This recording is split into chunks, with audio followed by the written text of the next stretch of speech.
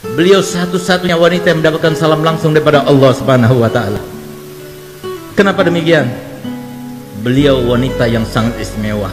Tidak pernah terjadi di dunia seorang wanita yang setia kepada suaminya seperti Sayyidah Khadijah kepada Nabi Muhammad SAW. Pertama kali beliau kawin dengan Nabi Muhammad. Nabi Muhammad umurnya masih 25 tahun, belum diangkat menjadi Rasul. Maka apa yang diucapkan oleh Sayyidah Khadijah kepada Nabi Muhammad? Wahai Muhammad, engkau kini sudah menjadi suamiku. Maka mulai saat ini, rumahku ini rumahmu, hartaku hartamu, dan aku adalah budak perempuanmu. Beliau ucapkan yang semacam itu bukan cuma ucapan bualan, tapi dibuktikan semenjak beliau menjadi istri Nabi Muhammad, semua karirnya ditinggalkan, semuanya difokuskan kehidupannya hanya untuk Nabi Muhammad. Nabi Muhammad diberikan harta yang banyak, diberikan ini, sodakokan, dipinjamkan, silaturahmi, sampai ketika Nabi Muhammad diangkat menjadi seorang Nabi dan Rasul, beliau sudah tidak punya. Sampai suatu waktu di sela-sela dakwahnya Nabi Muhammad SAW, beliau pernah ketika masuk ke rumah Sayyidatuna Khadijah, Sayyidah Khadijah sedang menyusui Sayyidah Fatimah. Begitu dia melihat, tertegun matanya. Karena apa? Ternyata air susu yang diminum oleh Sayyidah Fatimah berwarna putih bercampurkan merah. Kenapa? Karena beliau sekeluarga Nabi Muhammad dengan Sayyidah Khadijah dan Sayyidah Fatimah tidak makan 3 hari 3 malam, sehingga tidak keluar lagi air susu yang berwarna putih. Di saat itulah Nabi Muhammad SAW meneteskan air mata, tertegun.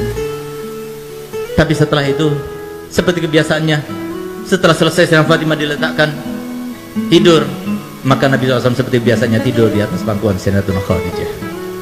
Ketika dia tidur terlelap, tiba-tiba Sayyidah Khadijah meneteskan air mata yang menyebabkan Nabi Muhammad bangun karenanya. Ketika dia bangun, dia melihat Sayyidah Khadijah dalam keadaan menangis. Maka dia tanya, "Wahai Khadijah, engkau menyesal karena telah mengawini aku?" Apa jawabannya? "Tidak, wahai kekasihku. Tidak, wahai kekasihnya Allah. Aku menangis karena dulu waktu aku kaya, karena dulu waktu aku berpengaruh, karena dulu waktu aku punya, aku kerahkan semua yang aku punya untukmu, untuk dakwamu. Sekarang aku tidak punya apa-apa. Aku ingin membantumu, aku tidak punya apa-apa. Kalau penyesalan itu ya Rasulullah, kalau engkau anggap aku menyesal karena telah mengawinimu, dengarkan perkataanku. Kalau seumpama aku sudah meninggal dunia, sementara engkau masih membutuhkan biaya, engkau tidak mendapatkan biaya itu, galilah kuburanku, ambillah tulang belulangku, rakitlah, gunakan untuk sampanmu, untuk jadikan sebagai rakitmu, untuk perjalanan dakwahmu. Kalau engkau mau, pergilah ke pasar, juallah, dan hasil penjualannya kau gunakan untuk biaya dakwahmu." Sayyidah Khadijah bukan cuma bualan saja.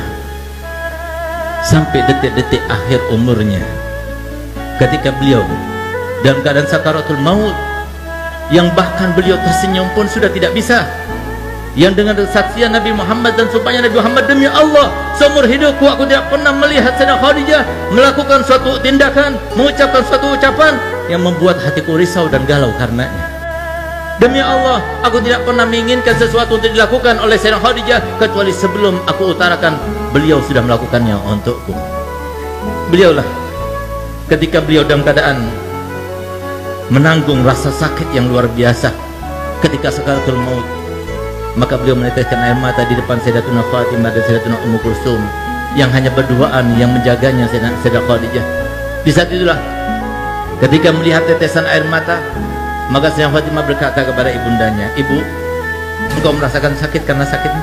"Tidak, tapi aku menangis karena memikirkan ayahmu. Kalau aku sudah meninggal, siapa akan masakan untuk ayahmu?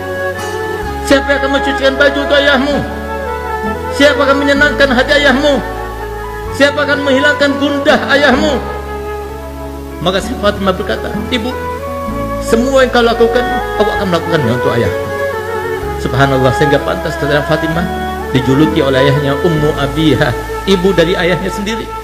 Setelah Sayyidah Khadijah meninggal dunia, semua yang dilakukan oleh Sayyidah Khadijah, semuanya dilakukan oleh Sayyidah Fatimah. Subhanallah, di saat-saat beliau sedang berkeluh kesah semacam itu, tiba-tiba terdengar suara ketukan yang sangat halus, tidak keras, tidak mengagetkan mereka.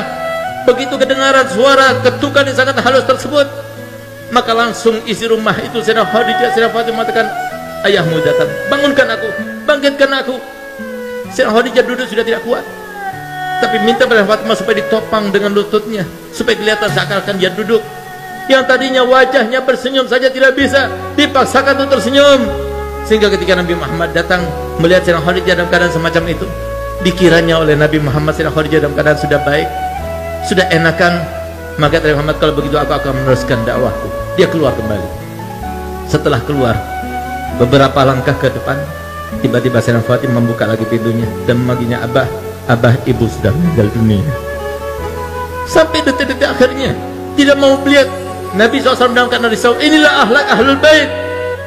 Ini akhlak yang diajarkan Nabi Muhammad SAW kepada anaknya, kepada istrinya. Semuanya berkorban untuk apa? Meraih ridhonya Allah.